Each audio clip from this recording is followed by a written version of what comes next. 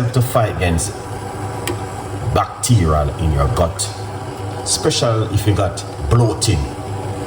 This is also very well digested, especially in the morning. Mix that into it. All right, so that's what you're gonna get.